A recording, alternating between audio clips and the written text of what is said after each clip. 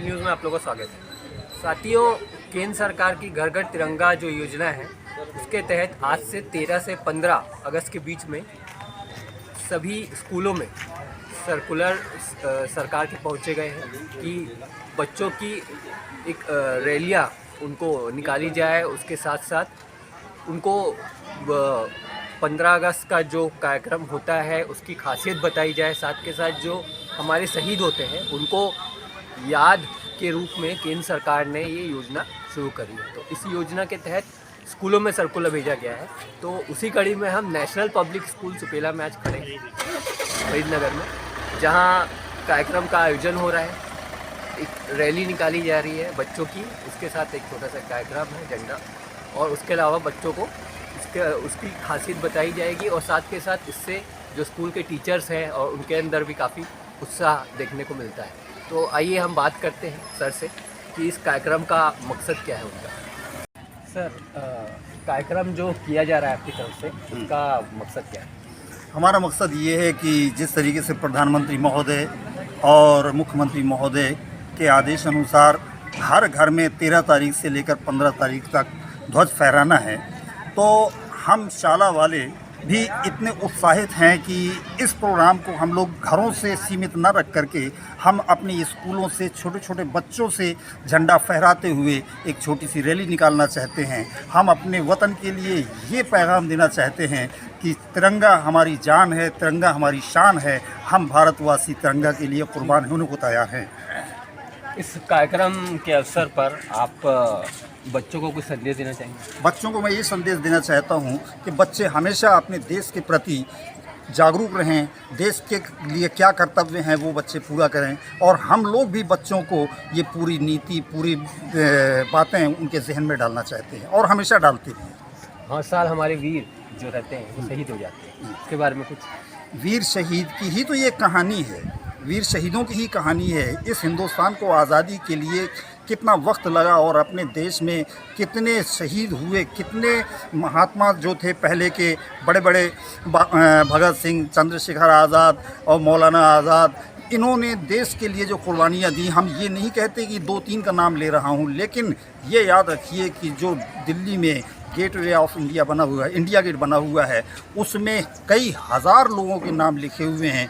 वो बलिदान और जो काल कोठी में डाले गए और जो अत्याचार किया गया, उनके लिए हम अपनी आज़ादी पाए, और आज उसी खुशी में हम अपने शहीदों के लिए नमन करना चाहते हैं। उनको हम श्रद्धांजलि देना चाहते हैं कि हमारा देश उन शहीदों की, अपने फौजियों की वजह से आज़ाद हुआ।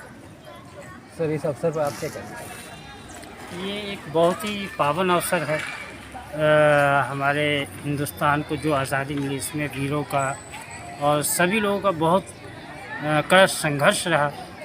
उसी कड़ी में आज जो है 15 अगस्त मनाया जा रहा है, लेकिन आज 13 तारीख है, जैसे बच्चे रैली निकालेंगे छोटी, तो उनमें उनके मन में ये उत्साह पैदा किया जाए, उनको जानकारी, ज़्यादा से ज़्यादा बच्चों को जानकारी, बस यही मकसद है। सर, आप कुछ? ये 1947 के पूर्व हमारी माँ भारती अंग्रेज़ों के नैश कारा में बंद थी। उषा का सरिता सिंदूरदान नहीं हुआ था।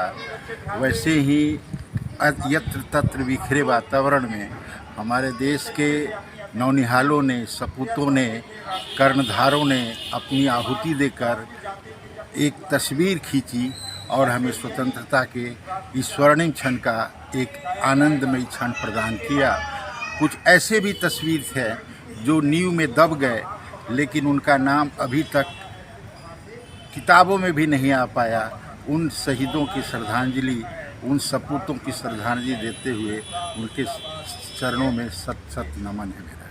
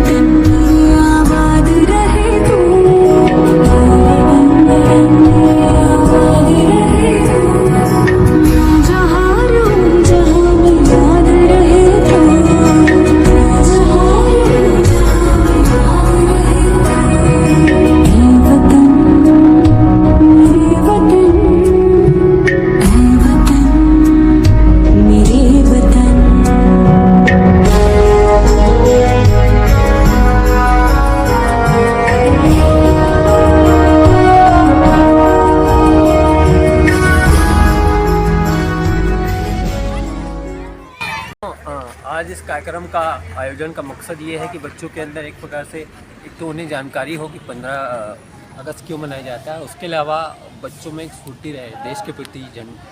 झंडा हमारा झंडा क्यों है, क्यों मनाया जाता है, क्या है, उसकी पूरी जानकारी उनको हो है साथियों। और भी कराए जाने चाहिए और केंद्र सरकार की योजना काफ़ी अच्छी है। आप लोग भी अपने घरों में झंडा लगाएं।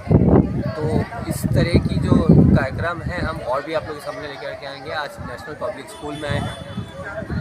फिलहाल के लिए मैं शिव कुमार सिंह, मेरे सहयोगी कैमरा पर्सन आशीष सिंह के साथ जय हिंद।